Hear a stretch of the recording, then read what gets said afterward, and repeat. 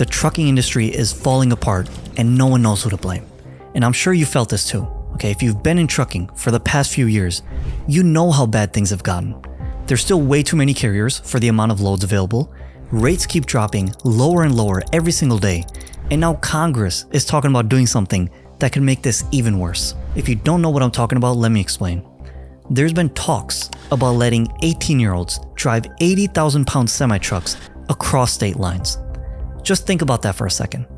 The same teenagers who can't legally buy a beer can now operate a massive semi-truck for 11 hours straight. Now, this isn't just some theory, okay? The FMCSA is actually testing this out right now. But they're saying it's just some sort of small program and they just want to provide more opportunity for young drivers. Bullshit, okay? We all know what they're trying to do. Instead of trying to fix the driver shortage issue that mega carriers keep complaining about, instead of actually paying drivers more money and actually fixing the working conditions, they just want to throw more truckers into the system so they can get spit up and chewed out. And that is exactly why I'm making this video today, okay? In this video, I'm going to expose the 3 main reasons why trucking has gone downhill in recent years for truckers and owner-operators, and what you need to do instead if you actually want to make money in this industry. I say this as a 27-year-old who made $1.4 million just last year in trucking without ever driving a truck, without ever owning any of my trucks. And by the way, if you don't believe me, I released my tax returns, so you can check that out for yourself. So, without wasting any more time, let me get into point number 1, and probably the biggest scam being pulled on truckers right now, which is the pay versus the hours worked. Now, when I was just getting started in this industry, when I just heard about trucking like 8 years ago, a lot of people used to tell me like, hey, truckers make a lot of money. They make $80,000, $90,000, sometimes even $100,000 per year. What I didn't realize at the time, what no one told me, was the hours that truckers actually work, okay? They don't just work a normal 9 to 5, they're working 70 to 80 hours per week. That doesn't really sound that good to me, okay? Because if you actually look at how much money they're making, let's just say it's $100,000, and if they're working 80 hours per week, that's like $25 per hour, okay? It's not that impressive. Now, I know some of you guys watching are probably thinking to yourself, well, hey, $100,000 is $100,000. I don't care how much I have to work for it. I want the money. Well, fair enough, okay? But think about how you get there, because rookie drivers are never making $100,000 per year, okay? The only way you're gonna make that amount of money is with experience. But how do you get experience? You have to go through the entire truck driver process. It all starts with getting a CDL, which costs a ton of money. You're gonna end up paying thousands and thousands of dollars if you go through like a CDL school. But let's say you don't even do that. You don't want to go through a CDL school. You hear about these, CDL training programs that these mega carriers are offering. They're just offering to pay for your CDL training. All you have to do is just show up and maybe even get a job with them when you get your CDL. It sounds like a win-win situation, but in reality, it's the worst trap you can get stuck in. What really ends up happening is these rookie drivers, they get sucked in with these promises of, just having their CDL paid for, and in return, the trucking company is just going to lock you in for years and years on a contract that is barely going to pay you any money. Okay, they're just going to run you around the entire country for months on end and pay you pennies on the dollar. As a brand new driver, as a rookie driver in this industry, don't expect to make anywhere near $100,000. You're going to make something like $35,000 to $45,000 per year. Okay, and that's just the average. I'm not just making this number up. This is coming directly from the government. Now, honestly ask yourself if that still sounds worth it. If you can work 3 to 4 years for $35,000 to $45,000 per year, you're working 12 to 14 hours per day, you're spending months and months on the road, living out of your truck, barely getting any time home with your family. Can you do that for 3 to 4 years in order to make $100,000 working 80 hours per week? Does that still sound like a sick opportunity to you? I'm assuming for most of you, the answer is no. And that's exactly what we end up seeing in this industry. 91% of new CDL drivers, they end up quitting within the first year. And if you're thinking to yourself, well, hey, after 2 to 3 years, I'm just gonna get my own authority. I'm gonna get my own MC number, I'm gonna start running my own loads, and I'll make more money. That's partially true.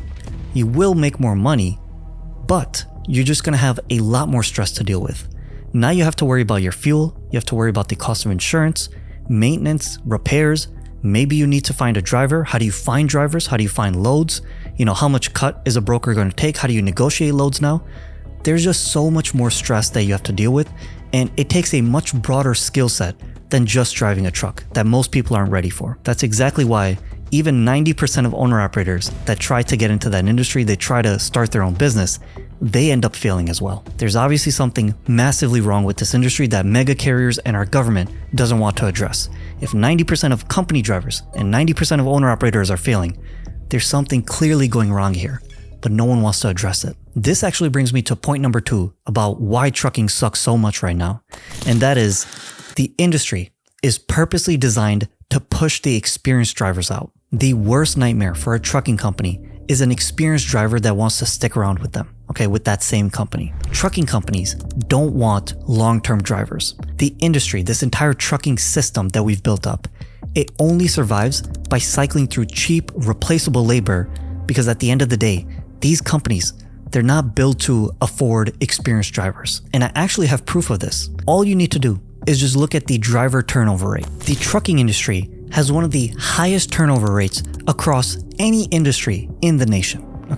I think the last time I checked, the turnover rate is above 90%, which is absolutely insane.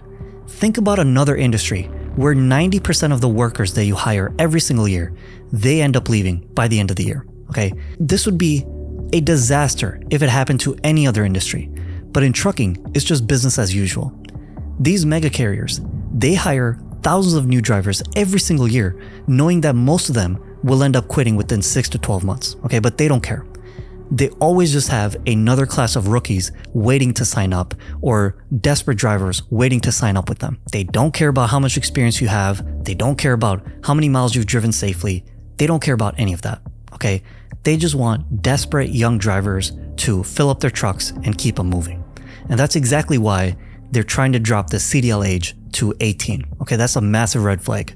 The government and the carriers, they claim that, they need more drivers, but the real reason that they're doing this is because they don't need more drivers, they need cheaper ones. There's already enough drivers in the industry. By lowering the age to drive intrastate, over state lines, by lowering that age, it's just going to introduce more young, inexperienced drivers into this market.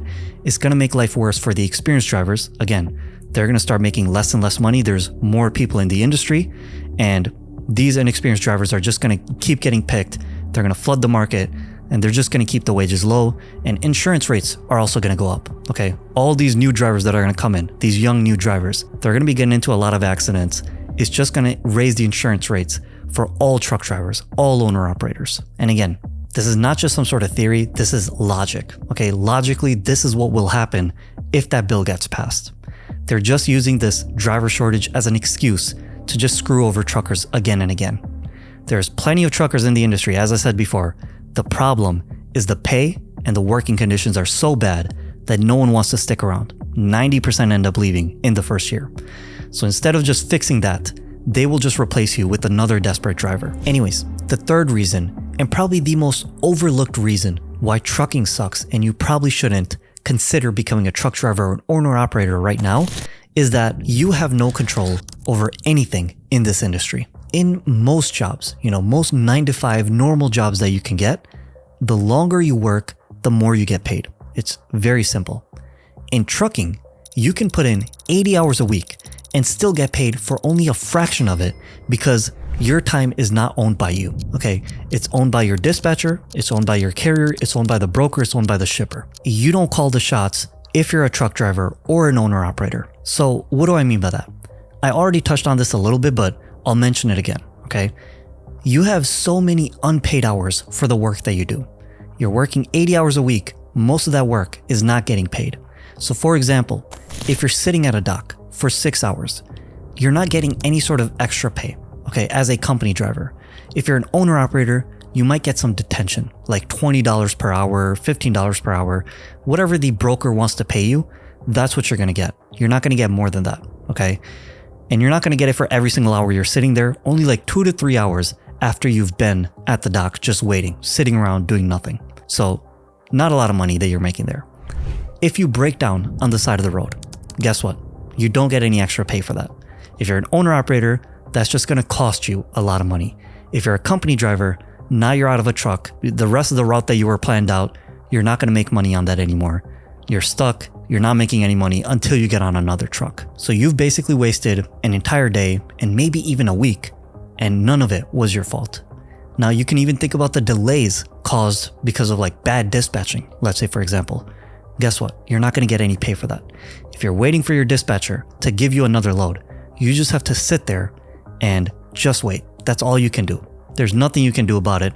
The dispatcher will dictate when you run your next load.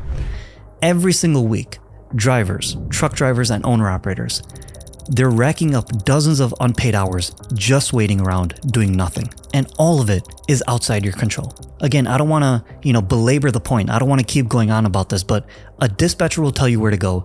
A broker will decide how much you make. Federal regulations, even the government gets to step in and decide when you can drive, when you need to stop, when you need to rest. They don't care about you. They don't care about your bottom line. They don't care about how much money you're making. They just want to make as much money as possible. And when you've had enough, you can quit the industry. They're not going to blink twice. Okay, that's exactly what they want to do. Again, the industry, it's built on regurgitation. It's built on cycling through new drivers. There's literally no reward in this industry for working smarter or working faster. Okay, it just doesn't matter. It's just a really sad reality when you finally figure out that, hey, everything that I'm doing, it's controlled by someone else. I can't really even control my own income. Even when I think I'm doing that by becoming an owner operator, I really have no control over anything that I'm doing, okay? Any small act of God, let's say for example, my truck just breaks down out of nowhere and suddenly I thought I was making a lot of money. I have to spend $10,000 to fix my engine, okay? It could just go all down the drain just like that. And there's nothing you can do about it, nothing you can do to prevent that. That's why I'm so thankful that I had someone that cared about me early on in my career and they were able to guide me in the right direction. They told me about the reality of this industry. They didn't just exaggerate how much money they were making, how easy it is to become a truck driver or an owner operator. They told me exactly what I needed to hear, which is that this industry is not set up for truck drivers or owner operators. It's not set up for their success. For the past 8 years, the only reason I've been able to make a decent amount of money in this industry, again, just last year I made $1.4 million. It wasn't by being a truck driver. It wasn't by owning any trucks or becoming an owner operator.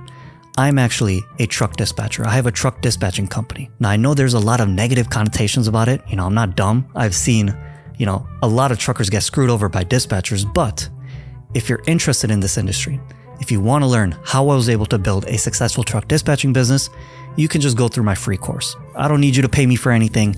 It's a completely free course. You can go ahead and check it out on school.com/guild22, or you can just click on the description below. Anyways, with all that out of the way, I just wanted to mention one last thing. Everything that I mentioned in this video, it doesn't even scratch the surface of how badly truckers get screwed over.